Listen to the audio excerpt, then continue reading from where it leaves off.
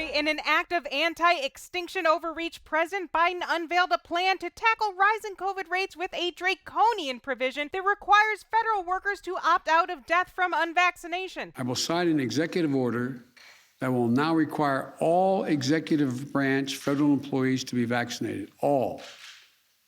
And I've signed another executive order that will require federal contractors to do the same. It's a slippery slope from mandating vaccines to the government mandating cameras in our bedrooms to spy on our deathbeds. Randi, it's been a few hours and Biden's plan still hasn't worked. Time to impeach? I go for trying to have everybody live, and that's why vaccines are the single most important way that we get over COVID.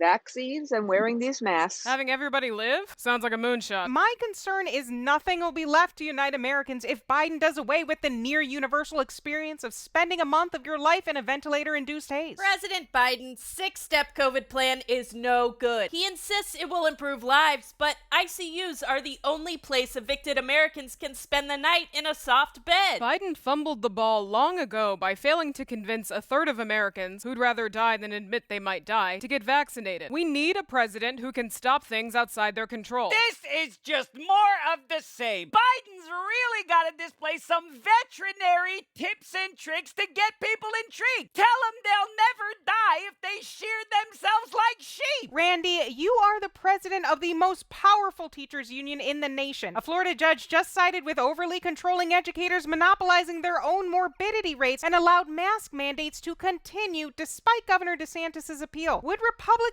be more supportive of school mask mandates if you argued that keeping teachers alive allows them to knock out teachers in the parking lots after PTA meetings? If we want everybody to live, then what we should be doing is what that judge just let those school boards do in Broward and Orange and Dade, which is wear a damn mask. That will stop COVID. It's get a vaccine. That will make sure that you're not really, really, really sick.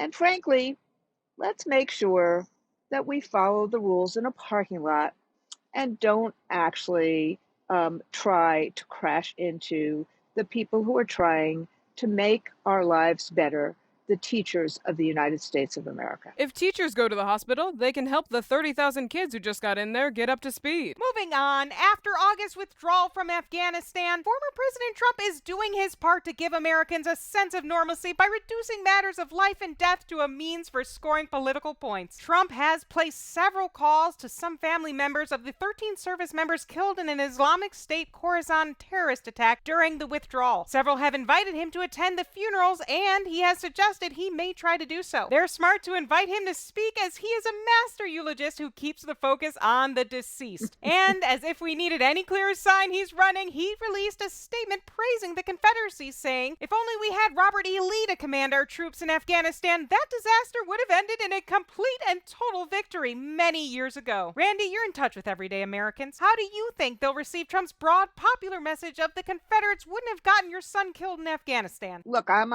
just a social studies teacher. So let's kind of sort of review the facts again about Robert E. Lee, which is that ultimately 750,000 people were killed in the Civil War. He kind of sort of got his clock clean, but lots of people died at the same time. And so I would say Robert E. Lee, if he was in Afghanistan right now, he'd be on the side of terrorists, on the side of slavery. Quite frankly, with Trump, these are the rantings of a lunatic that should be ignored. That's why I wrote a 5,000-word piece in The Atlantic entitled, "Why Robert E. Lee Actually Wouldn't Have Won in Afghanistan." Gang, it's incredibly gracious of President Trump to reach out to the grieving families of fallen heroes he always thought of as losers and suckers. While Biden makes flub after flub, Trump continues to be spot on. I bet when Biden called these grieving parents, he didn't even spend 45 minutes recounting how Kirk Douglas was very nasty to him at MSG ringside in 1988. Moving on, Saturday marks the 20th anniversary of the 9/11 attacks, and today we're honoring this solemn event the only way cable news knows how, through wall-to-wall mythologizing spectacle. Make sure to tune in next Saturday for a day of special coverage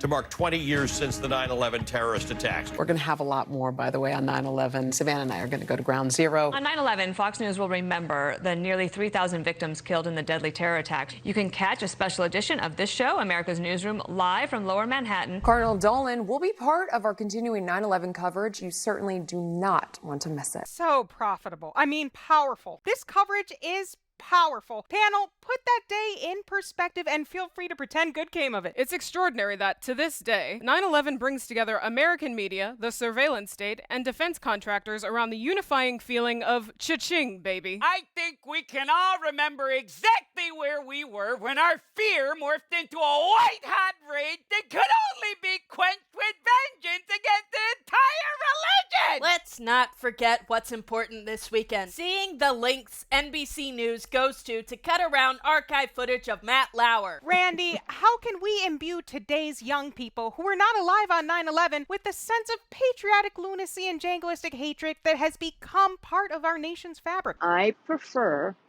to remember 9/11 for two things: those we've loved and lost, and the incredible bravery of the people who tried to save as many people as possible. And we've had 20 years since that moment to make all sorts of policy changes about what to do since then.